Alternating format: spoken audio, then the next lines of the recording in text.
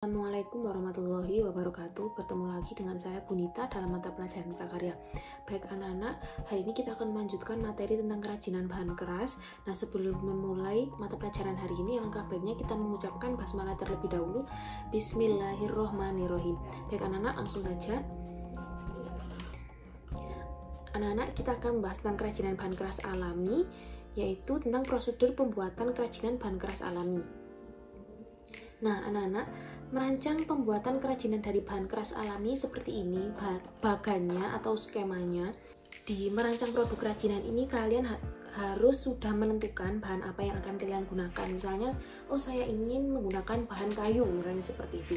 Nah, setelah menentukan bahan, kemudian kalian mengeksplorasi ide atau gagasan kerajinan bahan keras alami. Jadi, kalian mencari ide, nah kayu ini baiknya atau bagusnya itu dibentuk menjadi apa ya? Misalnya menjadi hiasan dinding, atau misalnya buat hiasan berbentuk hewan. Nah, seperti itu.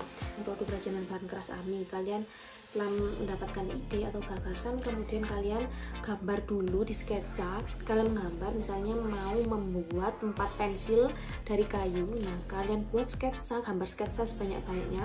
Nah, setelah sudah jadi, pilihlah salah satu yang paling kalian sukai untuk diwujudkan menjadi karya. Nah, di sini sudah disiapkan bahannya, alatnya, kemudian tekniknya menggunakan apa, seperti itu. Setelah selesai, kemudian evaluasi. Setelah mengevaluasi, mengetahui kelebihan dan kekurangannya, bisa dilakukan revisi.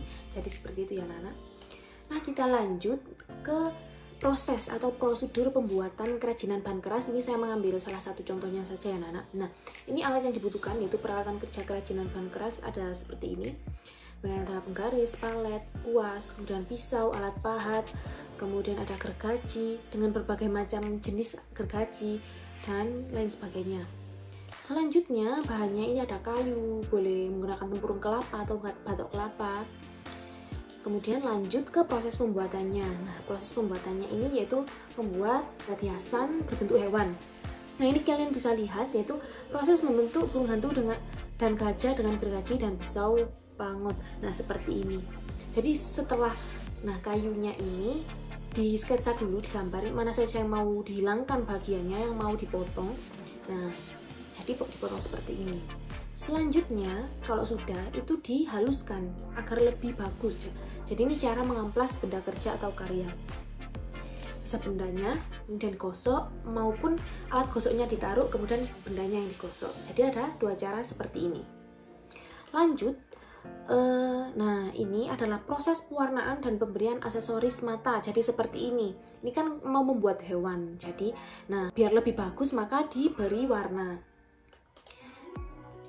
Setelah itu, nah ini proses pewarnaan dan pemberian aksesoris mata, ini lanjutannya yang tadi ya anak-anak.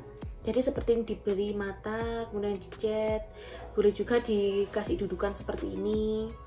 Nah, seperti itu. Jadi seperti itu anak-anak pembuatannya.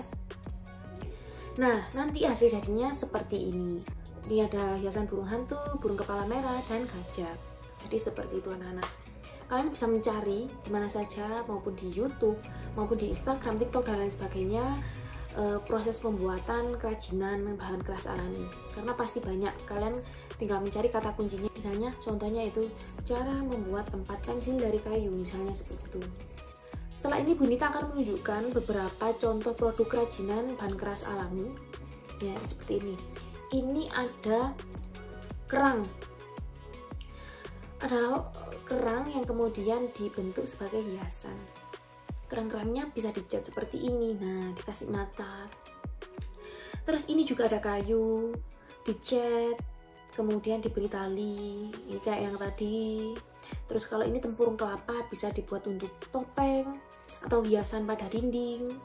Nah, seperti ini. Bisa dikombinasikan, tidak hanya menggunakan satu bahan saja, seperti itu. Nah, ini adalah contoh kerajinan. Nah, nanti anak-anak kan ada tugas. Nah, kalian bisa melihat contoh-contohnya itu dari berbagai sumber. Bunita hanya memberikan sedikit contoh-contoh ya. Ini ada tempat pensil dari stik es krim menggunakan teknik potong sambung. Kemudian, nah ini ada figura, kemudian ada tempat seperti ini, ada hiasan dinding, kemudian juga ada keranjang buah. Nah, ini terlihat sekali ya teknik potong sambungnya dan variasinya. seperti ini.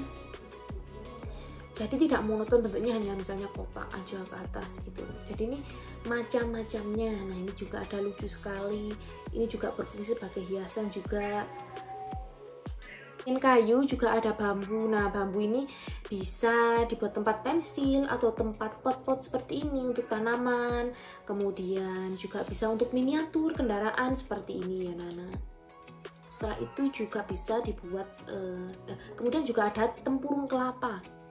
Tempurung kelapa ini nah bisa dibuat seperti ini, kerajinan seperti ini. Kemudian gantungan kunci, wadah. Kemudian ini dari kerangnya bisa dibuat bros.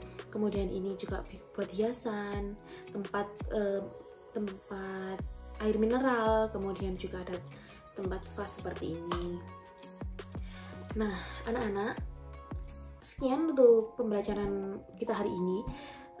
Jadi nanti ada tugasnya membuat karya. Untuk detailnya nanti akan saya post di grup juga di e-learning. Jadi saya harap kalian membaca perintahnya dengan seksama dan jangan lupa untuk mengerjakan dengan baik dan benar. Baik anak-anak, saya akhiri dulu. Alhamdulillahirabbil alamin. Wassalamualaikum warahmatullahi wabarakatuh.